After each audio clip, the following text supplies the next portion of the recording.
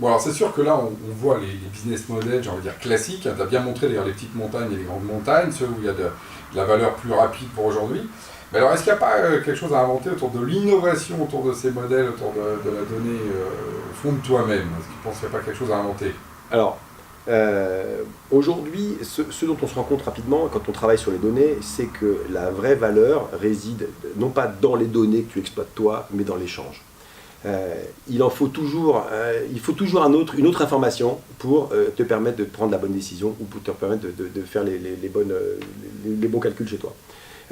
C'est comme te dire que tu choisis tes vacances avec la température du lieu et que tu n'as pas la pluviométrie. Et ben, si tu n'as que la température... Je reconnais à qui c'est arrivé. Voilà, alors si tu n'as que la température, tu vas te retrouver dans le désert et bonne chance. Et si tu as la pluviométrie, tu vas trouver un truc...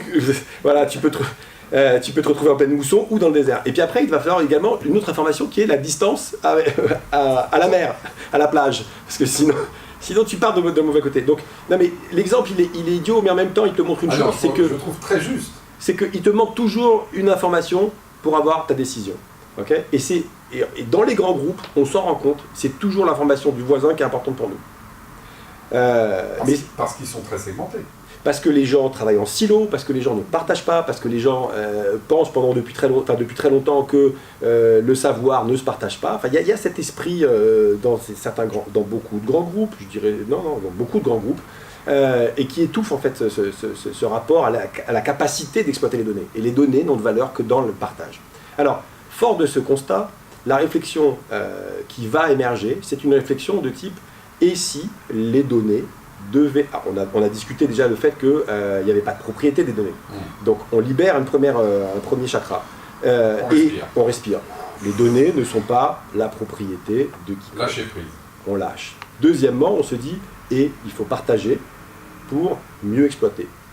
Et on arrive à un truc qui est de dire, et si finalement il ne fallait pas, sans doute par industrie, par secteur industriel, par cluster, échanger et partager dans le cadre d'une plateforme d'échange que j'ai appelée le Data Kibbutz. Oui, mais je te vois, parce qu'effectivement, c'est très communiste comme vision, au sens premier mise en commun, au sens de mise en commun. Communiste, alors, commun. Il y a aujourd'hui il y a beaucoup de chercheurs qui considèrent que les données sont des commons, donc des objets de res nullius, la chose de personne, la chose de tout le monde, res communis.